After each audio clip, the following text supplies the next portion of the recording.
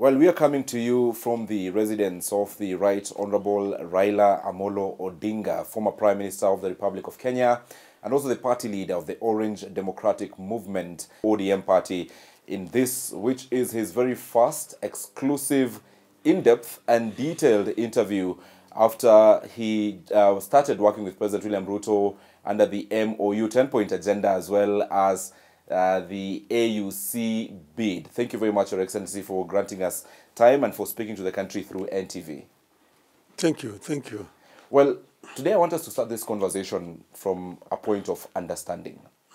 What is the true cost of being Raila Odinga? Well, I cannot estimate the costs, but I can say that I'm not worried about those who do not understand what I'm trying to do.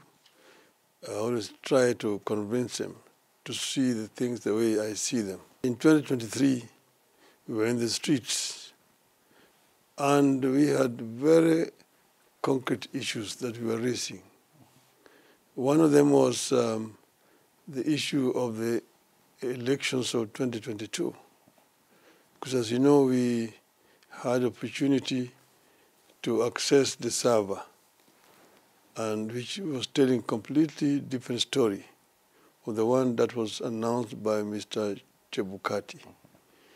So we pressed for the server to be opened. And secondly, we also talked about the high cost of living, which was really putting a lot of stress on the population of our country. And we also talked about the issue of corruption in the country.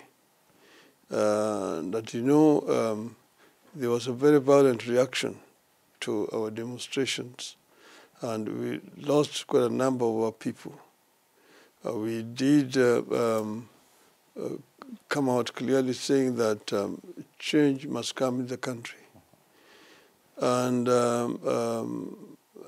all in all, we lost about 70 people at that time. But then the international community intervened, and we had a conversation with President Ruto and agreed to set up a task force to mediate and come up with proposals on how to deal with the issues in contention.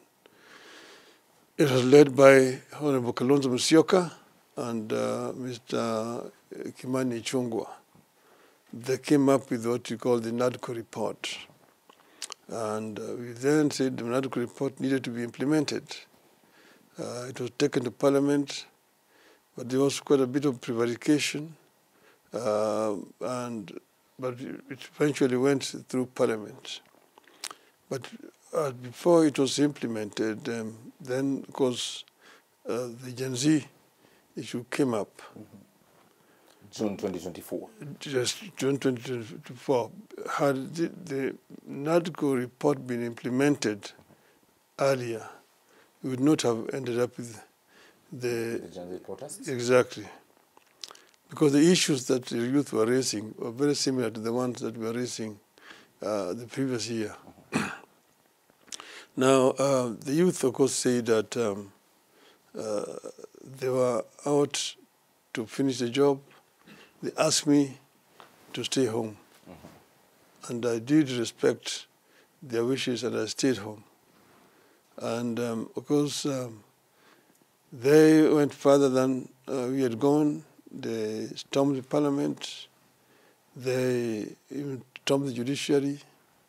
And they were on their way to State House when they were blocked by the forces. But when they overwhelmed the police, then the regime tried to bring the military.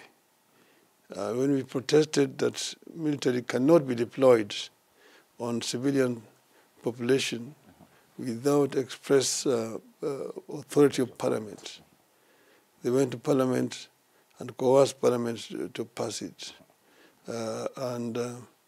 You saw the military on the streets for the first time, which was a very dangerous development.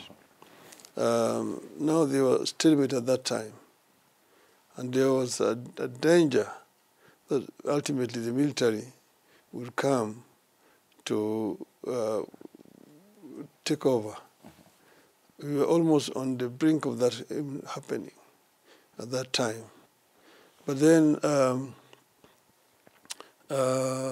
when that happened, there were speculations as to what was going to happen.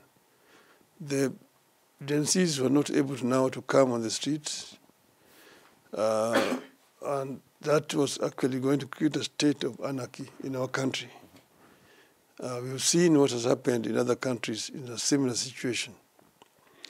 So in that charged environment, one of my colleagues, President Uhuru Kenyatta, called me. He was in the US, and basically suggested that although he knows I don't want to talk to Mr. Ruto, in the interest of the country, I need to find a way of talking to him. When was this? Pardon? When was this? Immediately after the Gen Z protests? Do you remember I issued a statement condemning what was happening and urged President Ruto to take measures to stop what was happening, the brutality that was taking place.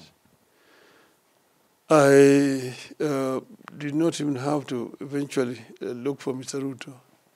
He asked to come and see me and agreed that we could talk. When we had discussions, I was very clear to him. I said, this is the issues, these have come up because you did not implement the NADCO report.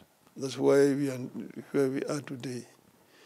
And under these circumstances, you must have a broader conversation to bring the people together so that you can be able to confront the issues which are in contention. He was reluctant, but eventually he agreed. And he announced that he was going to convene a forum for Kenyans to have a discussion on the issues in contention. Of course, this was rejected by the Gen Zs, that it was a waste of time, because I supported this proposal. It was actually my idea. But then they say that, we have had these conversations several times, the issues are clear, that the government just need to implement what is being demanded. Then Ruto actually came up and said, okay, I'm going to dissolve the cabinet. And I'm also not going to sign the finance bill. I'm referring it back to Parliament. In my view, that is what pricked the balloon. Because now there are no issues. There was no government, and there was also no finance bill. You see? And once that happened, Ruto now said that he was going to form a government in consultation with all stakeholders to create a consensus. We said we don't want to stay in government until we have had a conversation as a people, which did not happen. Then he said he would at least appoint half of the cabinet so that there was no stalemate, which he did. After doing that, we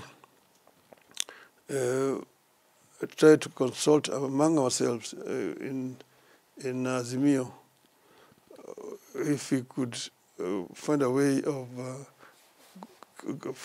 participating in a broad-based government. I myself was against it. My other colleagues were also against it. But then eventually, the group within my party felt that the stalemate that we had required that some experts who are not part of the Kenya Kwanza regime can go into the government and see how they can help to steady the ship and come up with new ideas to deal with the issues in contention. At this particular point, Excellency, in your own words, you've said that the Gen Z protests of June 2024 happened because the recommendations in the NADCO report had not been implemented. I would go further and say the recommendations in the NADCO report are well captured in Chapter 10 of the Constitution on national values and principles of governance. But the solution to these recommendations not being implemented was by having ODM leaders or members joining government? No. What I'm trying to say was the country was in a state of crisis. It was a stalemate, as it were. You see, one time Ruto must go, Ruto is not going. And the streets have become almost inaccessible. So it is a stalemate which can actually create a state of anarchy. And that anarchy can end up in a state like Somalia. That is not what we thought was an option. And that's really why this decision was taken at that time, to get a government at least moving forward, which somebody can negotiate with. And that's how we allowed our people to join the government. And I said we were not in government at that time, and which is true, until after we did clear negotiations and came up with the 10-point agenda. That is when formally the ODM agreed to join a broad-based government. Now that you've brought the conversation to the 10-point agenda and the memorandum of understanding between ODM and UDA, what was the difference in recommendations between NADCO and the 10-point agenda? This is not different. Those are the issues which are in contention, and they're just spelled out clearly in the 10-point agenda. And now we have agreed that we are going to now do an analysis of on implementation of those 10-point agenda. Actually, we have set up a task force to see how they've been implemented, what has been implemented and what has not been implemented in the 10-point agenda. And shortly, a report is going to be issued by that task force. As leader of ODM, in terms of even analyzing what has been implemented, even before the task force, there are things that are live. For instance, compensation for victims of for past victims of protests and victims of rights violations. Today, after the 10-point agenda, those killed in the June 2024 protests, the Gen Zs, have not been compensated. This is something you can assess. This is something that does not require a task force. What is your position on the lack of compensation? What is your position on the fact that peaceful protests has been criminalized? I have actually come out openly to criticize the government. Remember when, for example, the minister said that people should be shot if they try to attack a police station. I said it was totally out of order. When President Ruto said, shoot the legs, I also came out and said, no, that will mean you're taking law into your own hands. I said that nobody should have a right to shoot. If somebody is actually committing a crime, the duty of the police are to arrest that person and take him to the courts. It is only after due process that somebody should be actually punished. That I said clearly, very clearly, that is not our position. On the issue of compensations, we have said this must happen. And shortly, you're going to see what is going to happen. The compensations are going to start. Excellency, how are these compensations going to start? The national budget was passed just the other day. There was no provision anywhere in the budget about compensation. This is something you sat and discussed with President William Ruto, ODM and UDA, and said this must happen. Within the very first financial year, it's clearly not factored in. There's always provision of contingencies in the budgets. The contingency fund is available, and I just want you to hold your horses. Shortly, there's going to be compensations, which is going to start, and we now have a task force to deal with it. Yes. Do we need a task force? Because you're speaking about a task force. No, to implement. No, this is a different question, Your Excellency. Do we have a task force? Do we need a task force, rather, to assess on whether, so far, the leadership and integrity, which was quoted in the 10-point agenda, the fact, the point about ethical governance, which is part of the reason as to why Gen Zs went to the protests, do you need a task force to assess whether that has changed today? No, you don't need a... Why? Did I say you need a task force? Yes, as you said, that there is a task force that will analyze the implementation of the 10-point agenda so far so that it informs your next move. Exactly what I'm saying. We need somebody to look at what has been done and what has not been done. That is for our internal consumption. It's not for the public. We just have it, and we have not even announced it. But we have. I'm just telling you that we have a task force doing that for our own purposes. And we will soon give you an account of what has been implemented and what has not been implemented. Again, I take you back to picking Raila Odinga's position on abductions and killings. Abductions and killings happened in June 2024. Abductions and killings happened in the Azimio protest of 2023. Abductions and killings are happening today after the 10-point agenda in violation of the 10-point agenda. Which is a red line for Raila Odinga and ODM? You see, this is not just Raila Odinga. This is the issue of ODM as a party. And we just had a National Executive Committee meeting last week in which we took a position on those issues, which I'm not going to divulge right now. But we as a party have our positions on this. There's a red line, which, of course, if it crosses, we will take a decision. But at the moment, I just want to tell you that some of those issues are being implemented. Some have not been implemented. And we will give our position and say, if this and that is not done, we will have the option to do A, B, C, D, because that is also provided for in the MOU. As we speak, the Kenya National Commission on Human Rights records that 38 lives that were lost in the Sabasaba protests alone. There were the June 25th protests as well, 2025. Lives lost. The dignity of human life, the point of extrajudicial killings, was spoken about in the 10-point agenda. That's why I'm asking, then, what number will get us to this red line? Because you said there is a red line. You see, our own issue of Sabasaba, we were actually commemorating Sabasaba.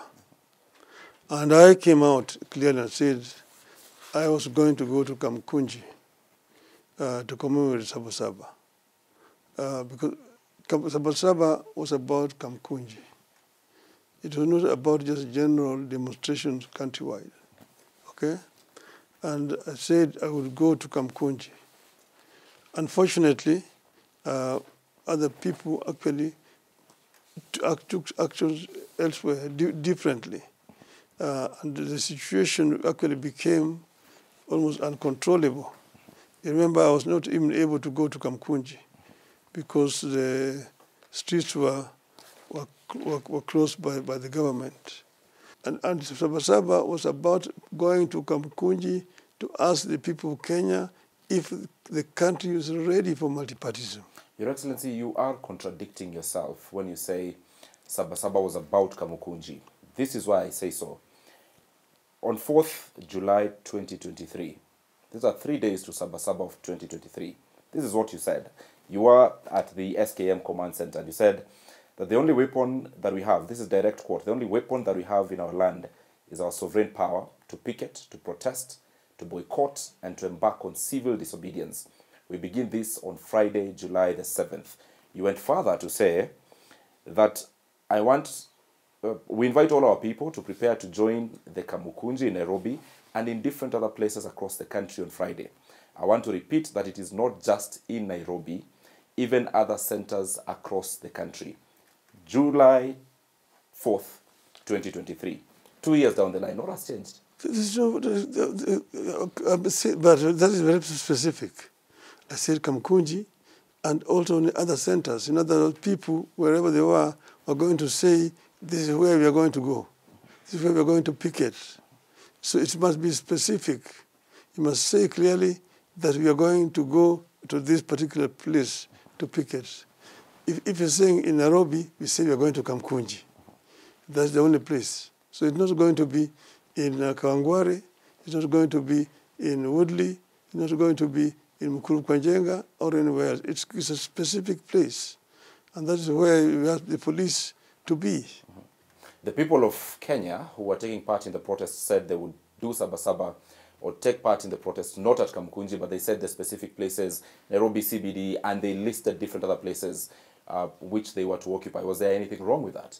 Yes, I was just saying CBD, you go to CBD, basically, you are going to cause a lot of destruction to the business of CBD. That's why even ourselves, when we were with Charles Rubia and Kenneth Matiba, we said we'll go to Kamkunji grounds, where we are going to talk to the people of Kenya and ask them if they are ready for multipartyism or not.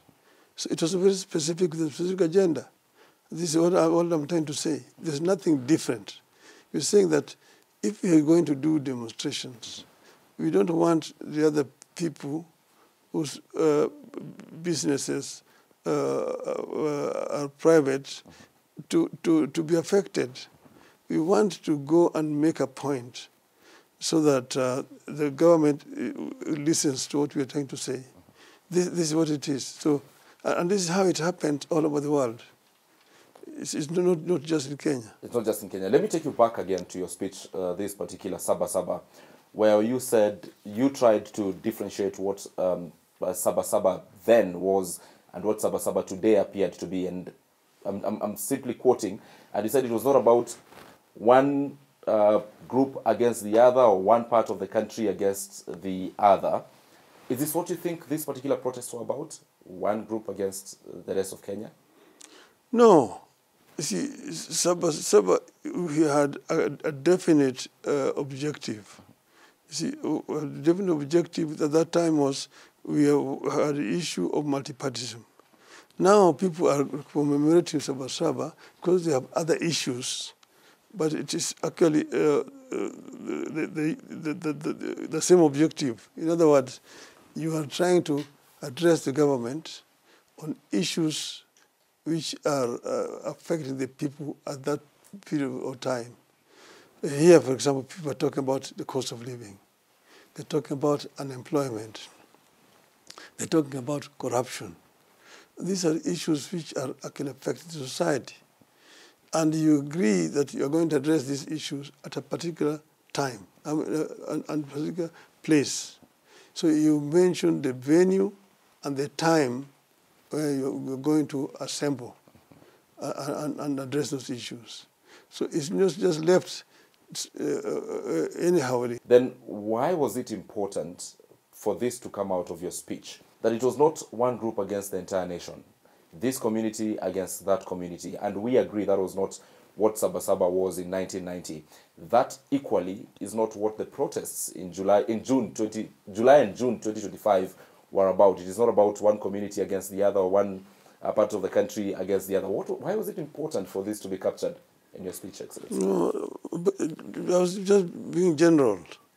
It was not one group like, say, the youth versus the elderly, or the west versus the east, or the north versus the south, or one gender versus the other gender, and so on and so forth. That's what I was just being general. Okay.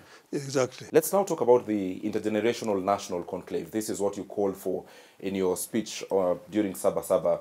And, Excellency, do you ever run out of dialogue ideas? No. I don't run out of dialogue. And because people must talk. When there's a crisis, people must find a solution to the crisis. If you don't find a solution to the crisis, you just get anarchy. That's why we talk about dialogue. And this happens all the times. When there's a crisis, people talk. When there's no crisis, it's when, things are okay. The institutions work. But if the institutions have failed to work, for example, Parliament is not solving the issues. The government is not acting the way people wanted government to act. The people are dissatisfied. The people are on the streets. The people have a right to talk. See, our Constitution says at Article 1 that the sovereignty, the Republic of Kenya, rests with the people of Kenya. They can exercise it either directly or through their elected representatives. What does that mean? The one of elected representatives is known to everybody.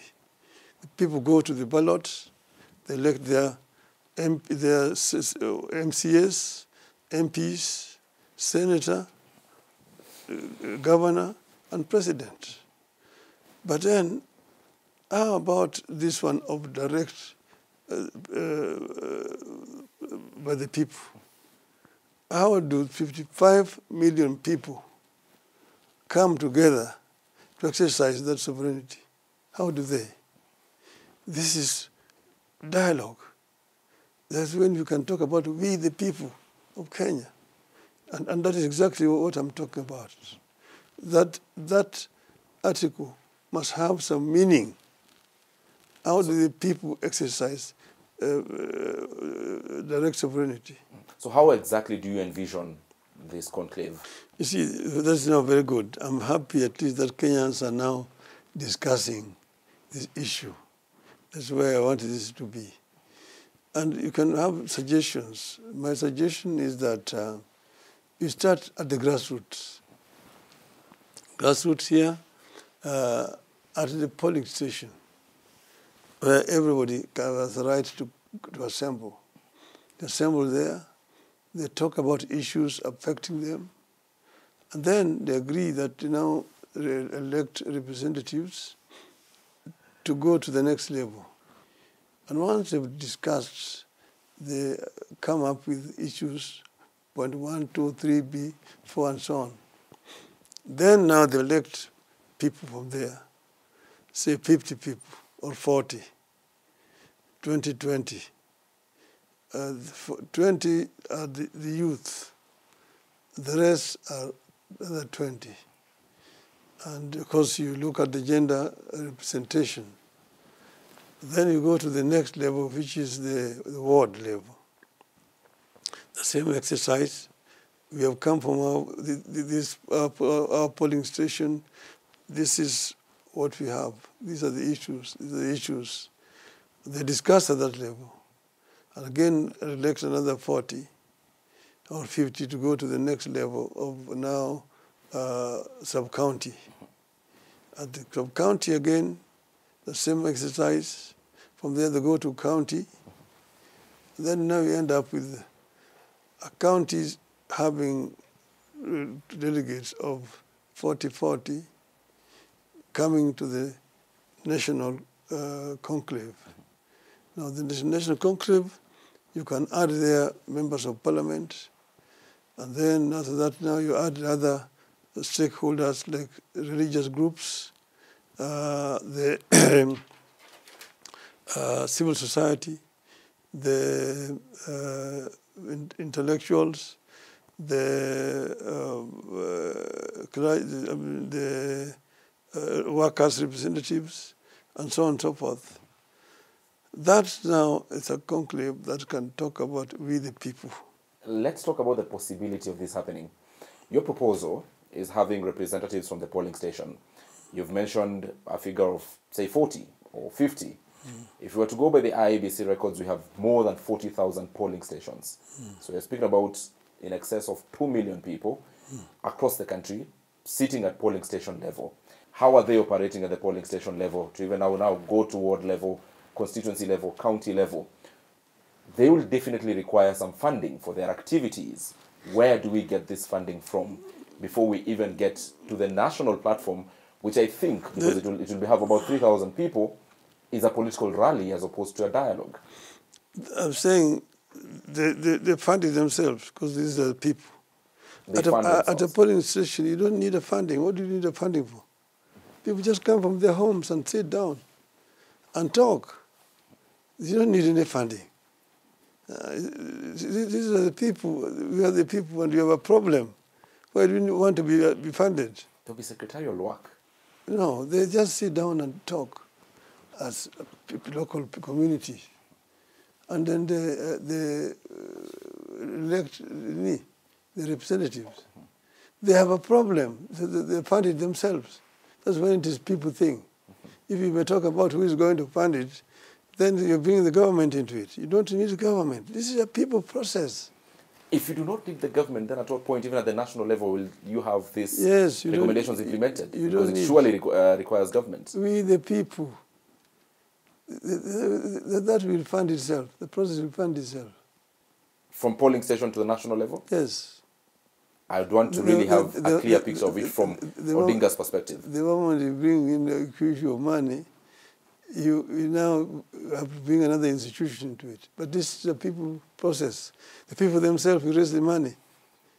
The people will raise the money to send their delegates. And in recommending the Intergenerational National Conclave, this is what you said, that the most important struggle taking part in our country today is a struggle for good government and economic opportunity and equality. You are ahead to say the biggest challenge facing Kenya today and into the foreseeable future is how to expand economic opportunity and lift particularly young Kenyans out of poverty, exclusion, and unemployment. Kenyans are yearning for programs and leaders that prioritize economic inclusivity, social justice, and political freedom. This is what you're basing your arguments on for the conclave. Exactly. But these very things have been discussed in previous dialogues. I mentioned about 10-point agenda. It captures some of these very issues. NADCO captures some of these very issues. And most importantly, Chapter 10 of the Constitution captures everything about transparent leadership, accountable leadership, citizen-centric leadership, public participation, and such. Then why do we need a dialogue? You see, you're missing the point here. What you're talking about, NADCO, were just about five people from this side. But same issues. But these are few people talking. They did not come from the grassroots. They're just ideas which have been raised in the media, which can be discussed up here. But you need to get the people coming down there from the ground, coming up, and it must be a bigger forum than the one you're talking about. All these have been just for us here by the intellectuals talking. But we want to get the people coming from down there, getting the issues coming from the grassroots. At what point do the national political parties come in? At what point does President William Ruto come in, or Raila Odinga in this particular conversation? Because your opponents are saying you're calling for dialogue because it will benefit you as a person or your allies. You're calling for dialogue that will have you sit there, or your allies sit there, and eventually the process will result in something beneficial to Odinga and his allies. Not at all. You'll not come in at any point? If I were to come in, I just come in as a participant. Even President Ruto cannot just come in as a participant. He's not coming there as a president. It's as an individual, if he's included. Because I've said you include members of parliament and so on. I'm not a member of parliament, so I may not myself be a participant, okay? Unless I participate from down the grassroots. I may not be a participant at this meeting. So this is not intended to help Raila or Ruto. This is basically a Kenyan process, a people's process. And this will help us deal with the crisis that we're having today. these problem issues will not be just solved by Ruto going home. Because Ruto may go home. Then you have Gachagua there. Tomorrow you now be shouting, Gachagua must go, or Kalonzo must go. So we must find a way of dealing with these issues once and for all. Recently you were in Bomet County. You attended a funeral for a relative in Bomet County. And you said, in your words, that hatutaki kusikia mambo ya Wamunyoro. This is for a man calling for an intergenerational national conclave, a national dialogue. Then it begs the question, is this a dialogue or division? No, I just said we don't want to hear about individuals. We don't want to hear about Ruto or Gachagua. We want to talk about Kenya. Let's talk about issues other than personalities, in my view. Let's talk about issues that are affecting Kenyans and it's the people versus the government. Let us deal with issues and ideas rather than personalities. Let's not discuss Raila. Let's not discuss Kalonzo or Gachagua or Ruto. Let us deal with issues affecting the country. So this is what I'm trying to talk about. How do we then shield this dialogue? And you've seen already what this conversation has turned into. How do we shield this government from the thought that it is a process for the political elite and not a dialogue between Gen Z and the so-called tone-deaf political leadership? Shielding it is the way it is going to be organized, the way it's coming up. It must be people-driven, right from the grassroots coming up. That's what I'm talking about. That's when it's going to be intergenerational dialogue. People, I'm just pushing it because I want it to start. Once it starts, it will actually take a life of its own. And you see, society is not static. Society is dynamic. It grows and grows, and issues come up and so on and so forth. That's why the idea that, oh, we are tired of this dialogue misses the point. Because there are critical issues. Why are people dying on the streets? If you're saying you don't want dialogue, what is the answer? If you say you have 2 years to the next elections, and these issues are not going to die away, but how many people are we going to lose until Ruto goes? That's the very questions that Kenyans are asking, and it's the very questions why Kenyans are opposing the dialogue. The very point you've raised, that how many people are we going to lose, even after dialogues? Because we had the various dialogues, and I'm sorry to belabor on this particular point, but we've had various other dialogues, after which people are still dying in the streets. They're not this kind of dialogue I'm talking about. We have been picking people to meet at Nanadco and so on up here. What I'm talking about is different. It is coming from the grassroots, and it's a big representative. We're dealing with Article 1 of our Constitution. It's very different. It's not just having a task force, having a team there to go and be talking about this issue, and write a report, take it to Parliament. No, this is different. You've asked Ruto must go, that after Kenyans saying Ruto must go, then what happens next? And I'll remind you what you said in your own speech, again on June 4th, 2023, when you said that you do not kneel before dictators. And that is what a section of Kenyans feel this particular administration is. You are calling them to dialogue with an administration which they say is tone deaf, an administration which they say after each and every other dialogue goes back to the very same bad habit and cultures. And that is what the people are saying. They are still in the streets and borrowing from what Raila Odinga has been in the past. This is what you said, and I was looking for this particular quote, that as a people, we are not given to suffering in silence. We do not kneel before dictators and beg them for their mercy. Even the few who do still suffer humiliation and even death. So we fight, we express ourselves loudly and clearly on issues affecting us. We've got to fight, and that fight begins this Friday. That Friday was Sabasaba of 2023. So That is what the people of Kenya today are feeling, that they've got to fight. They are borrowing heavily from this particular statement. I tell you that's the time for everything. That was justified. Even last year was justified.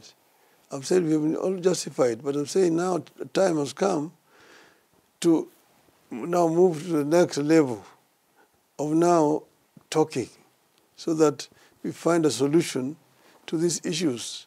Because if you just continue the same way, you're doing the same thing the same way, you're expecting a different results. You will not get different results. You bring people on the streets, they are unarmed, and the police are there.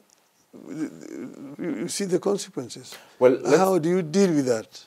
Let's move the conversation forward. And the recommendations that will come out from the national conclave, eventually when it gets there, you have suggested that it be subjected to a referendum. How do you see us implementing the recommendations of the conclave and actually having a referendum on it? Yeah, because, I mean, once the conclave has spoken, it's now what now remains is the implementation, and that of course will be obvious because the people have spoken. They have invoked Article 1 of the Constitution. I don't see any court trying to stop that process. The courts might remind us that there are only two ways of amending the Constitution: a popular initiative or a parliamentary process. Which of the two does this conclave fall in? Popular initiative. This is the people. And that is provided for in the Constitution. We the people. The people are sovereign. They have the power. You can donate it to Parliament. But now they can speak directly. This is what I'm talking about. There has got to be some kind of structure. Not all the 6,000 people or the 3,000 people, sorry, who will sit at the national level will lead this particular process. That's why I'm asking, who leads the structure, the national structure? The national, no, these people haven't spoken. Now the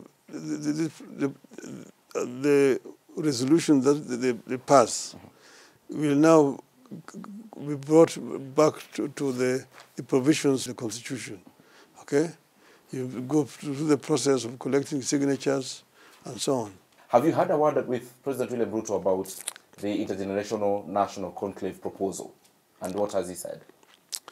Well, this initially I did not discuss it with him.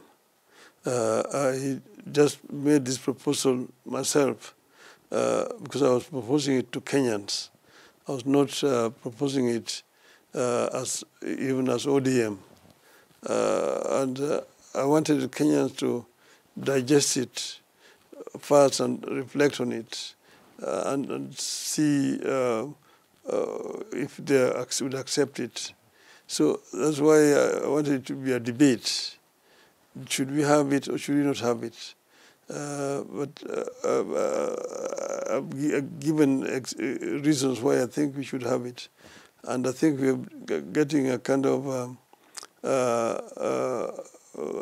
good momentum. President Ruto has not opposed it. I also mentioned it to President Uhuru Kenyatta. I mentioned it to Kalonzo Musyoka. I also mentioned Kalonzo Musyoka has opposed it. Yeah, but I talked to him every day. Even yesterday I talked to him about it. He's having what you call wait and see attitude. Okay? But you need to know that I talk to all these people. I talk to Martha all the times. A week does not pass before I've talked to them. Those who are in the United Opposition. United Opposition. I talk to all of them. So I'm not, and I talk to these people this other side.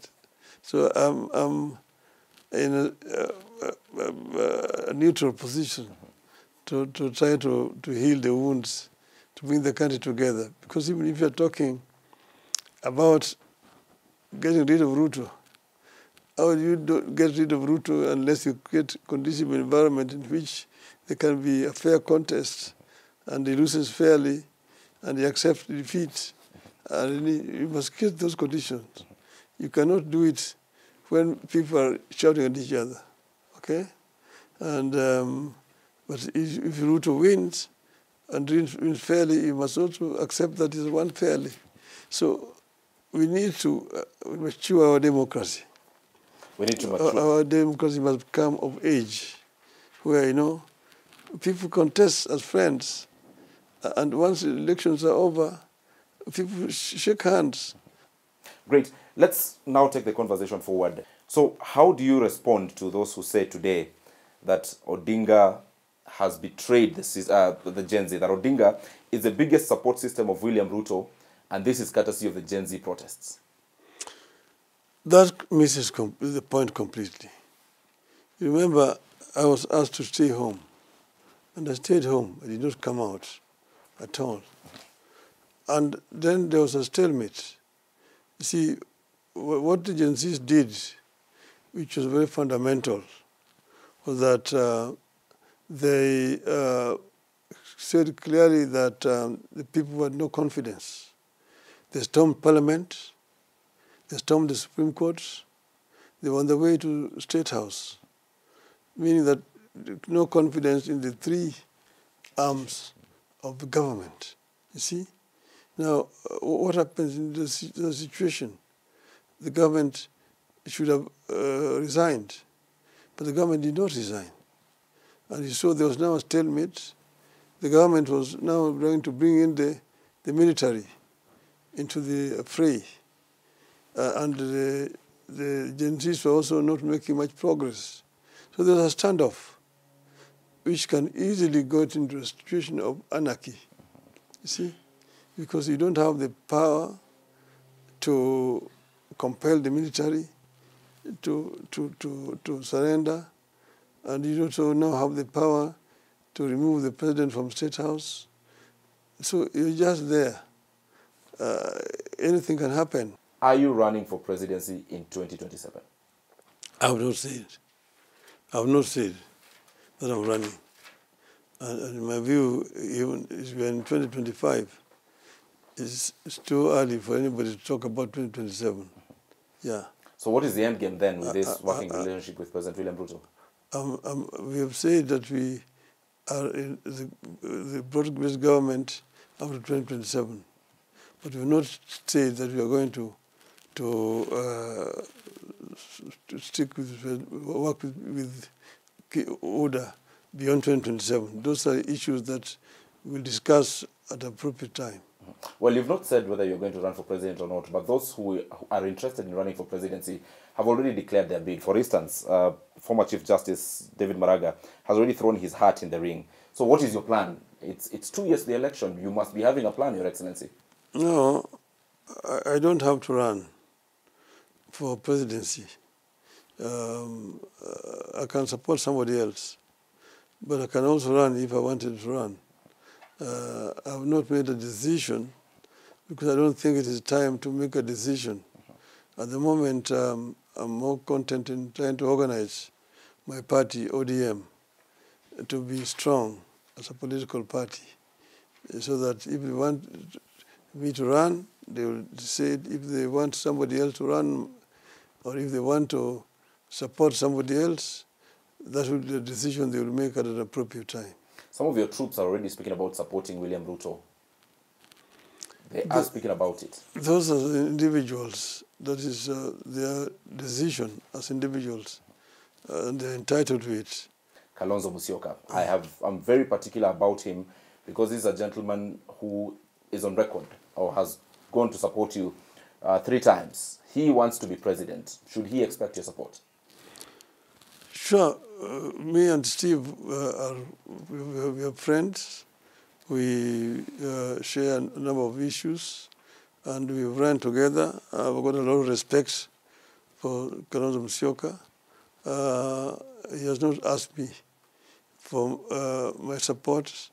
And when the time comes, we will discuss and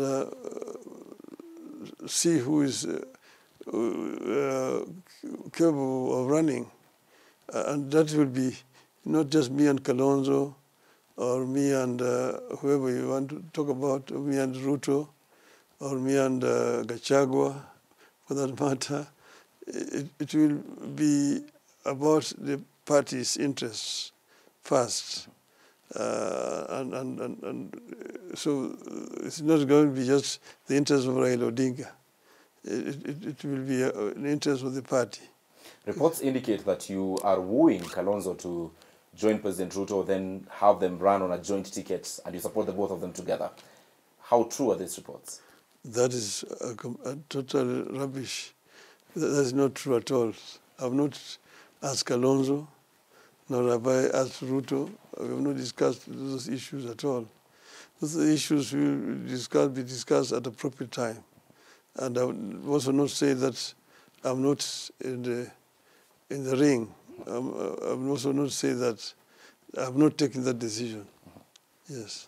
Well, speaking about the elections, because that's what you're speaking about, it is rumored that you're a man who is between a rock and a hard place. One leg inside the broad-based government, one leg out, because of what the people are saying. And only your experts in government are the ones who are in favor of your continued stay in government. How do you respond to this?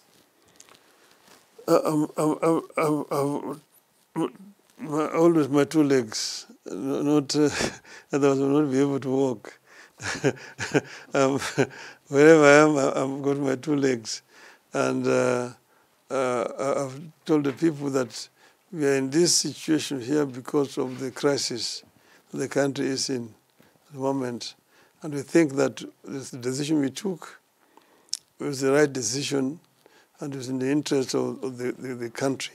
And that decision you took, according to some people, has made you the only life support keeping William Ruto in power. Do you concur?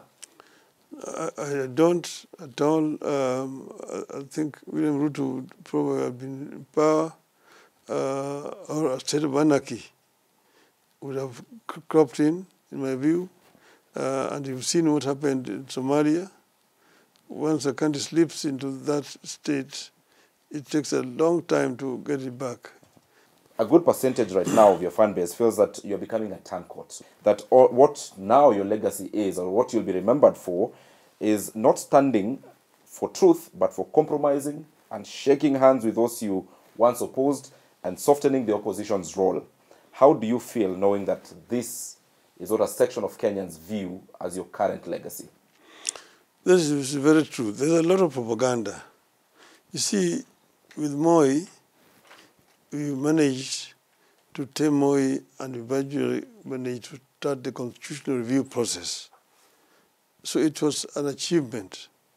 It was an achievement. It was not a compromise, because we all the times had our eyes on the ball. And Moi was going out at that time. And the only way to do was to get him to agree so that we could start the process of constitutional review. Mm-hmm.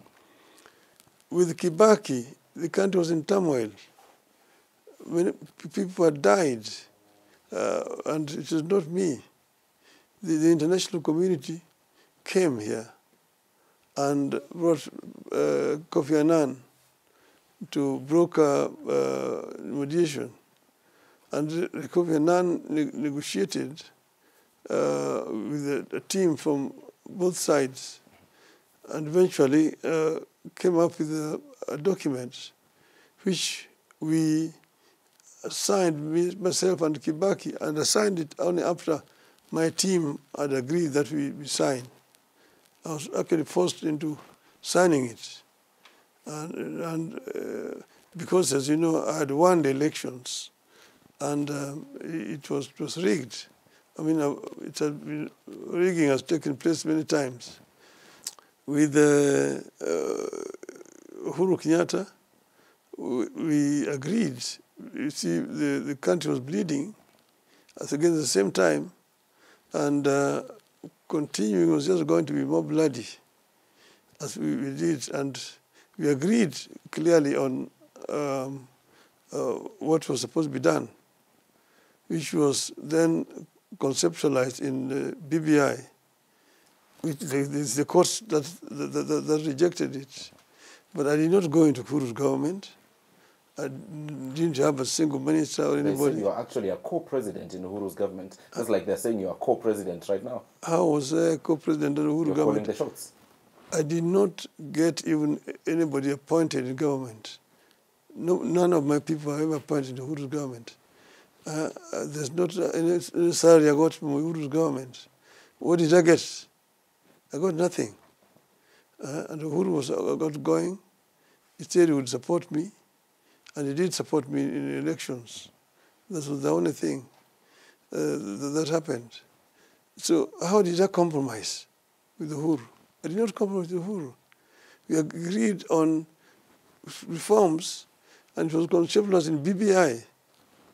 And the courts that rejected the BBI. See, otherwise the BBI would have passed.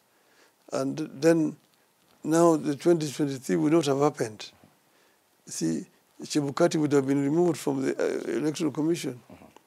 And you remember, Chebukati and 3 commissioners said one thing, and 4 commissioners a different thing. A different thing, you see, and people, for the first time, the Supreme Court accepted that 3 was bigger than 4. You see, now why are people not talking about Supreme Court ruling? Talking just about Raila. Once the Supreme Court did the ruling, my hands were tied. This is Supreme Court that messed us up.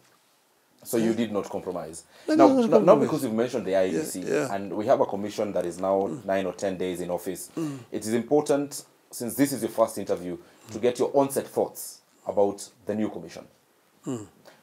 What do you think is what Erastus Edung Ethekon and his commission must prioritize as their very first priority now that they're in office? You see, first, the issue of election commission, I think they need to address one issue. Why are Kenya's elections on some of the most expensive elections in the world? You just go there. Because holding elections is not rocket science. You see? To do transparent electoral process is not rocket science. Here, the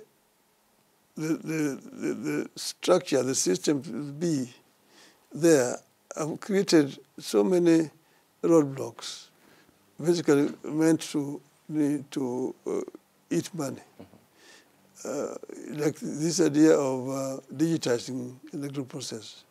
It's a very simple process. It is done in most sophisticated societies like USA, even some simple country like India. And the process is very cheap.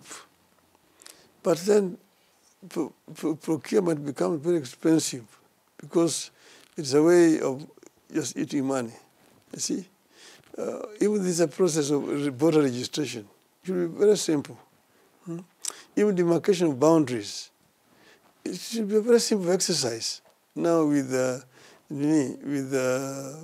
tools like AI and so on. This is not something that should take a long time. So we need to first deal with voter register, clean it up, and allow more people to register. People should actually you just use an ID as your register. I mean, there's no reason why you should be having a different voter's card and you have an ID. People should vote with their IDs and just give people IDs, because there are areas where people don't have IDs. And that's why the voter register is skewed, okay? And once you also marketed the boundaries and so on, and register is there, there's nothing else. So our electoral process should be very cheap. And we should even think of staggering these elections. You see, in many countries, you don't have parliamentary, National Assembly, parliamentary, senatorial, presidential, and county taking place at the same time. Stagger them so that you don't have a ballot with the knee, you have to vote 5 times as a go. You see, you can stagger them and the knee and make it easier and cheaper. So this electoral commission has a responsibility first to create confidence among the voters, because Kenyan voters are very skeptic because of past experience. Once they have created confidence in the people that they can do a professional job that is unbiased and uninfluenced by the players. Rebuilding credibility is what you're talking about, Your Excellency. Yes. And that particular credibility is being threatened by sentiments of politicians. There are those in the government you're working with who are saying, we will rig elections. It's not a secret. If President William Ruto does not get sufficient votes, we will rig him. Others are saying, we've never seen a president do 1 term. William Ruto will not be the first one. Even if these votes are not enough, we will make sure he does 2 terms. How do you respond to this? Those are most unfortunate and irresponsible remarks that I've seen. There was a lady who spoke that way and another member of parliament who spoke the same way, which is unfortunate. But it's because of the past, as you know what has happened. And we hope that this issue of rigging elections, not just at the presidential level, but at all the way up to the MCA level, will stop. You remember this last time, Narok, Kwale, just to say a few words, at level of governors are issues. We don't want to see those kind of things again. Thank you very much.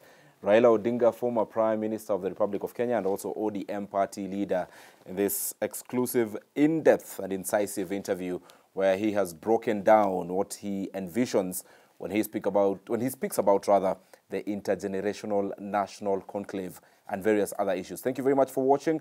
My name is Ibrahim Karanja. Keep it NTV.